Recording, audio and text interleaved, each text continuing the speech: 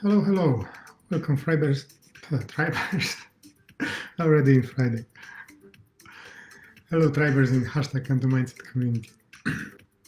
For those who see me first time, my name is Rad. It's my great honor to be your host today. And today I would like to talk about self-doubt. How many times self-doubt stops you from showing your talents, your skills? I can tell you many times, especially at the beginning. Well, a bit about my history. For years, when I was in school, when I was working in different companies, everywhere, people just like to come to me and talk to me because I listened, I didn't judge, I was active in this listening, and I was asking just questions to find out more.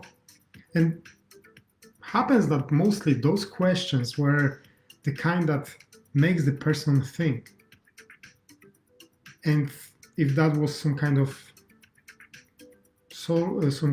issue or problem, those people usually find those answers by themselves, just by me listening to them, their story, and ask from time to time some questions. That was me for over 20 years. Everywhere, every time. I haven't jumped into any conclusion. I haven't say anything like, "Oh, you have to do this or that," unless I was asked. Of course, as nearly every human being, I have some ideas how someone could do something. But even when I was asked what I would do in someone's situation, my answer was usually, "It's not my situation. I don't know you and your whole story, your whole situation, so I cannot give you advice. I can ask you and help you by asking questions to find out your answers." Kind of like this. Well, now it's more like the coaching way I've learned. Although I was like that for years, like I say, over 20 years. When I learned that this is actually a career called coaching, and I've acquired a certificate, and I started do this as a profession, it was hard. It was truly, literally hard. Because every time I've had in my head that self-doubt that I don't know everything, I don't have enough talents, enough skills, enough knowledge to actually help people. Funny, isn't it? I was doing this for 20 years. And yet, when I learned that this might be my profession and I started doing it as a professional person, I start to doubt myself. Where that come from? Anyway, at the beginning, even though I've helped some people, I haven't feel that I'm actually helping them. I have testimonials from those people. They are very happy with my support. They were very happy with my sessions, with how I provide the uh, guidance and help, the coaching. But yet, inside me, I was like, nah, it's not like I want to do. That's kind of the way.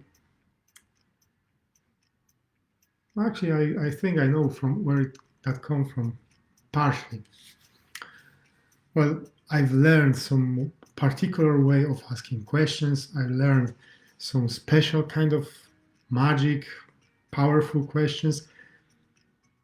And at the beginning, I was quite often forgetting about them. I was just me. I was just asking questions I thought that will be good, like years back. And probably from this that I haven't followed this structure of whole coaching sessions and all that kind of thing. Might be that was the case. However, after a year, more over a year, I've learned that I don't have to follow this structure. I've got more and more testimonials from people. Some are or on my website. Some I've just heard from people how much they grateful for my support, how much they are appreciating my help. The way I was doing it doesn't matter. I wasn't following some scripts, or I haven't asked some questions, or I haven't do some exercise that I've learned. Doesn't matter. I was giving my heart, and that would actually people appreciate, and for what they feel grateful. So now ask yourself, what kind of talents you have in you? Maybe it's as well listening, maybe it's finding solution very quickly for anything. Maybe it's some programming skills, or playing a guitar, or cooking, or anything else. What kind of skills you have, but you are feeling that impostor syndrome. I hope I got that right. You feel that, oh, you don't know that, oh, you are not good at this. Another example from my life. I love cooking, right? And nearly I got into the school when I was young. However, because of some circumstances, I didn't get there. Okay, I still loved cook, and I was cooking for my family for years. I was preparing nearly every meal because I liked it. And when there was some parties or anything like that, I was usually the one who attends those kind of things and help or do cooking, depending if there was someone whom I give the cook hat. But here you go again. I haven't believed in myself, even though I've heard many times that my cooking is good, and I'm really good at this. I haven't believed in myself. So, doesn't matter what kind of skills you have. You have unique talents, you have unique skills. Be proud of them. Because your toolbox is literally the best thing you have. And what gives you all the time hiding it, or even when you show up with this saying, oh yeah, but I don't know if that's good. We learn some kind of what is the word? It's fake, not pride. Let me check this. Translator.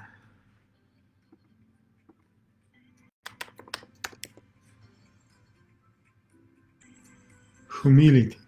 Okay. So we learn that kind of humiliation, but it's fake.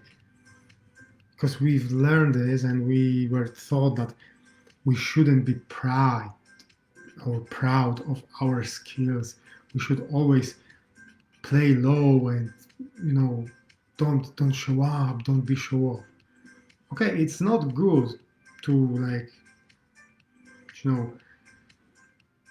show off too much. But be proud. Be proud of your skills. Be proud of your abilities that you have. And Teach yourself that you are good, that whatever you can do, it's your skill. You don't have to know everything. Like I've always was person who feel bad because I couldn't do the man work at home, most of them. Actually, I could do, I know how to do, but I don't like it. So I all the time prefer to someone else to do this because it didn't something I actually liked. Yes, I know how to do it. So what? I've delegated those works because it wasn't something for me important. I've preferred hone on my other skills, the ones I really like. And that's okay. If you have some skills, you know, maybe you know something, but you don't like it, it's okay to delegate this to someone and focus on the skills that you really like to make yourself better at them. That's okay. Remember one thing. In life, everyone will have that kind of feeling of being inadequate or out of place or not belonging because we thinking that we supposed to have some skills but we don't have it. We have some flaws, or at least we think that. So at this kind of moment in time, focus yourself on your strengths, on the abilities, skills you have, and you are good at them. You enjoy to do them. Focus yourself when your doubt will be coming up and saying you, okay, but you are not good like this. Stop. You are good enough. Whatever is your skill, you don't have to be, I don't know, second Ronaldo, or what was the name of that cook, the biggest of the chiefs. You don't have to be the greatest one, but you have great skills. You might have combination of them very unique. So be proud of them and remind yourself that those are your strengths. Unique strengths that only you have that kind of combination. No one else. See yourself and see your true worth. Know your worth, as my mentor all the time saying. Know your worth. And don't let anyone undervalue you, especially yourself. Don't do this for yourself. To help you with this, you might. The good thing is to celebrate every achievement. So whenever you use your skill, whenever you do something using your skill, celebrate this. Celebrate this little success. Doesn't matter how small it may be. If you cook some great dinner, one of the best in your opinion, celebrate this. Even if you don't think that it's the best one, still celebrate this. Because this way you increase the feeling about you being competent, capable, and you deserve that success. And by this you will feel more enjoyment, more happiness, more satisfaction in life. Isn't that what we want? A little exercise for you. Take a piece of paper and write down 5 skills you have or talents. Just 5 of them. What can you do? Even if it's something simple, I can fix the power socket, electricity socket, or change the bulb. Write them down. There are people who can't do this for some reason or don't want to do this. That's okay. And for each of those skills, Write a little story when you use it, effectively, when you use it, this skill. For example, if you can quickly solve some issues, you have that kind of problem solving mind, write down the story when you use it. And then think about this. Just look at this and reflect how this story makes you feel this in this moment of time.